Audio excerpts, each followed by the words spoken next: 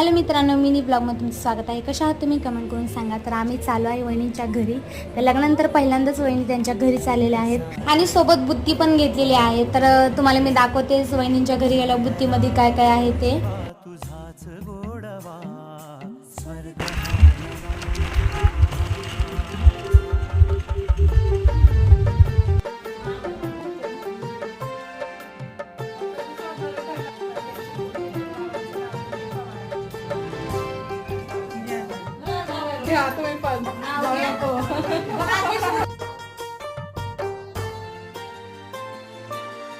बघुनी आपुले घर स्वप्नातले सजणी झुलले तन मन नाचले जुळले नाते दोन जीवा